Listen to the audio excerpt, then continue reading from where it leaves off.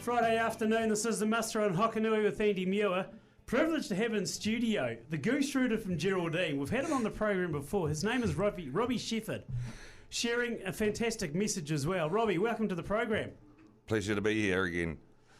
Just randomly, I texted you yesterday to see if you were up for a yarn, and you just happened to be down in the dirty south as well. So it was a win all round, really, wasn't it? Yeah, no, it's quite good. It's just like, when you come through, it's like, oh, who have you been talking to know I'm already down this far?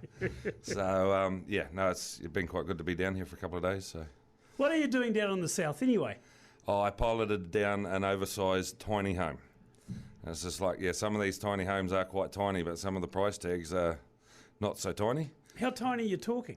This was about 3 metres. It was 3.2 wide by about 6 or 7 metres long. Yeah. So it's not much bigger than a shipping container, but what they can actually pack into the shipping container size is actually quite impressive.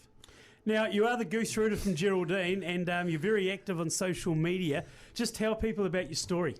So years ago, I ended up a few nights in the loony bin. Not exactly something I'm proud of, but it's not something I'm ashamed of, because as I go around and talk to people and tell my story and just see the look of relief on people's faces, oh shit, we're not the only one going through it. But it actually came out more so because of the way I was treated within the New Zealand Fire Service at the time. And I actually, it bugged me for a while afterwards, and I did a video about it, and the comments were, we got treated the same way and we up and left. But they weren't local comments like Invercargill, Christchurch, Auckland. They were America, Australia and the UK. So that's where I started doing more videos around life and mental health, and it's just sort of taken off from there. And how long have you been doing it for now? It'll be close to 5 years. And it's just gone from a few stupid videos meeting sludge and yogi off outback truckers and that sort of thing, and then June, July last year I got a caravan. Took it down to the side of the road in Rangitata with the tea and the coffee to talk to the truck drivers. That went really, really well. And then I started doing more shows, AMP shows, Muscle Car Madness in Christchurch, South Island Field Days, AMP shows. Yeah. Going out and actually just talking to people. And the feedback's been really awesome about it. So in the process of getting some funding to keep doing what I'm doing, get a bigger caravan, and then eventually do a tiki tour around the country with the racetrack to tow in the caravan, and just stopping it at all the wee towns that get forgotten about. What generally seems to be the feedback that you get?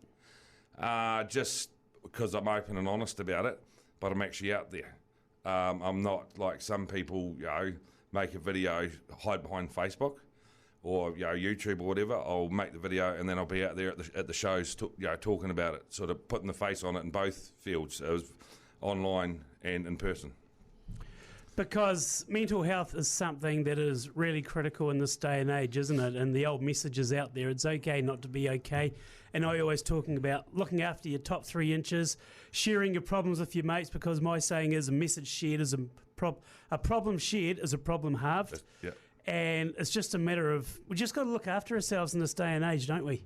Yeah, well, that's dead right. And as a video comment popped up a while ago, the guy said, why have we got so many mental health problems now compared to 20 years ago? And I just replied back and I said, for the same reason we've got so many gay and lesbian marriages now compared to 20 years ago, because it's more socially acceptable to talk about. Absolutely. The problems were always there. Yeah. It's just, they're frowned upon for talking about them. It's just the way that society has progressed, the way it has. Exactly. And it's a big issue, especially on farm, because a lot of farmers as well, living on their own, doing the job on their own as well, interaction during the week can be an issue. Well, that's one of the things that's come up, with the farmers, but also with the truckies. But I was at must have been South Island Field Days, and we're talking about it, 20, 30 years ago, the farms were smaller, the tractors were smaller, the ploughs were smaller, and the neighbours would sort of look out and think, oh, Murray's ploughing his paddock. Well, we've got an afternoon spare, we'll go hook onto our plough and get 3 or 4 tractors out there sort of working together. So it was our whole farming community, country spirit. And it was the same whether it was ploughing or, carting hay sort of thing. Everyone, got together and just helped each other out. Where now it's the farms are bigger, the tractors are bigger. It's one person doing the job of many sort of thing, and it's just sitting in that tractor for the whole day, just overthinking your thoughts basically. It's, sort of get in the tractor in the morning, your problems are the size of a teaspoon, you sit there all day overthinking them. End of the day, they're the size of the tractor bucket sort of thing.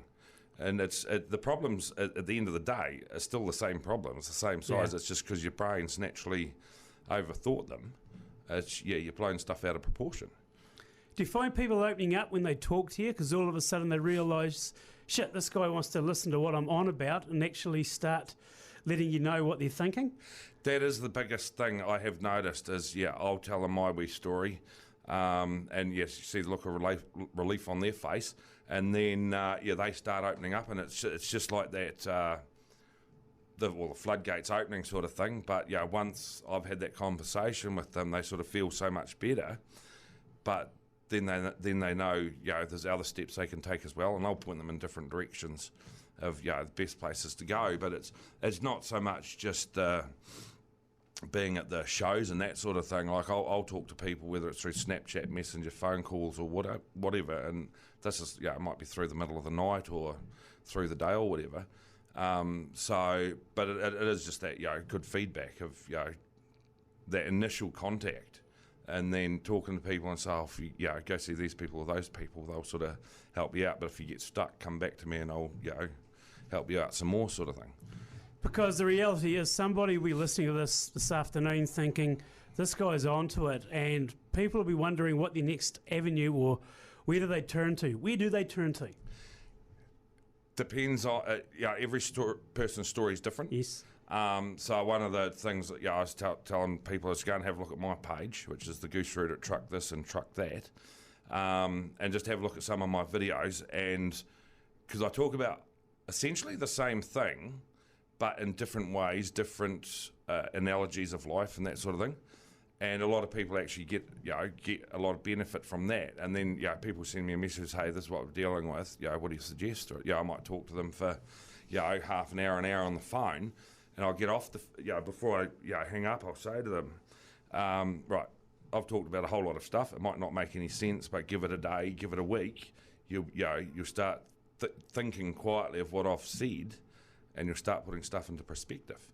And people come back and said, once we got off the phone, it was just like a riddle sort of thing. But once we actually started doing some of what you were suggesting, it actually all sort of started to fall into place. And one of the biggest things is count your joys in life, because too often we're sitting there overthinking stuff, thinking about all the negatives in our life. If you actually sat there and counted the joys in life and your pleasures, whether it's I've built a race tractor, I've got a new grandson, or had a hot cup of coffee this morning and it was awesome. It's just those simple joys. You start counting them all up and they overweigh the negative by a long shot. Need to celebrate the wins in life, don't we? Absolutely. How did you come up with the name Gooserooter? Obviously, connotations there abounded plenty, but put everything into context. What made you? Was it just something to stand out, something a bit different? Depends which story you want me to tell you. I'll tell you. I want the PG version here because I enjoy my job. Anyway, there was no small farm animals involved, but it was a nickname I got when I was in rural transport in Ashburton. And it was just, come around with hatred of Kenworths and that sort of thing. And this is a whole stupid thing of life, as I've hated Kenworths for years. Shout out to all the Kenworth drivers. We see a lot of them, and they do listen to this program. Actually, the best thing yesterday, I was piloting this tiny home down, right? And he was on a Sheen-Ho truck, those Chinese ones. Yeah. So as I'm coming, I'm piloting, you're getting down the road, trucks coming towards you, I'm on the CB, and it's like, 3.2 coming towards you, mate. If you're in, if the old Macca from up Balclutha, he's got a couple of nice Kenworths. Don't tell him I said that. But anyway, his son was driving it one day, and I said, 3.2 coming towards you. Don't slow down because we know how hard it is for you pricks to get back up to speed. But anyway, so on the way down yesterday, as the trucks were going past, Kenworths going past, I said to them, I'll check out the number plate on this Chinese piece of quality. I'm a Kenworth hater. Nice red number plate on the front of the Sheen-Ho truck, and they were just laughing at it. But it's like, years I was hating on Kenworths, and I got a text message one New Year's Day saying, hey mate, how's it going? We want you to come over to a truck show in Australia. Cheers, Yogi Kendall. And I'm thinking, no, this is half, New Year's Day, someone's half piss taking the piss, but it was Yogi Kendall off Outback Truckers. And what does he drive? Big purple Kenworth. Yeah. but he could see past the Kenworth bullshit and banter to what I was Yeah. doing around mental health and life and that sort of thing. Yeah. And we've been great mates for years in Sludge. Yeah, Paul Andrews, Riversdale lad. Yeah. And it's just weird the way the world works sometimes. But they could see past all the Kenworth love that I was dishing out to what I was talking about around mental health. But the whole thing's been really good. It's gone from what I've done, it's gone from strength to strength to strength, especially with the caravan. What originally started as an idea of the tea and the coffee on the side of the road to talk to the truckers. I've done 10 shows this year. It's been awesome. Now, if somebody's listening, wants to get in touch via social media or just see what your work's like, obviously Facebook, Gooserooter, it's on there. Well, just Google Gooserooter and anything comes up, but Facebook's the Gooserooter at Truck This and Truck That. Good on you, Robbie. Appreciate you coming in studio. All the best on your travels today. Great to meet you in person as well, and love the message that you're sending out there. Look after yourself, buddy. No worries. Cheers, mate. Thanks for that. Robbie Shefford, he is a Gooserooter from Timaru. Great to have him on the muster. Geraldine. Oh, sorry, Geraldine. I'll get there, right? Well, last time you said I was from Fairley. Yeah, well, South Canterbury. How does that work?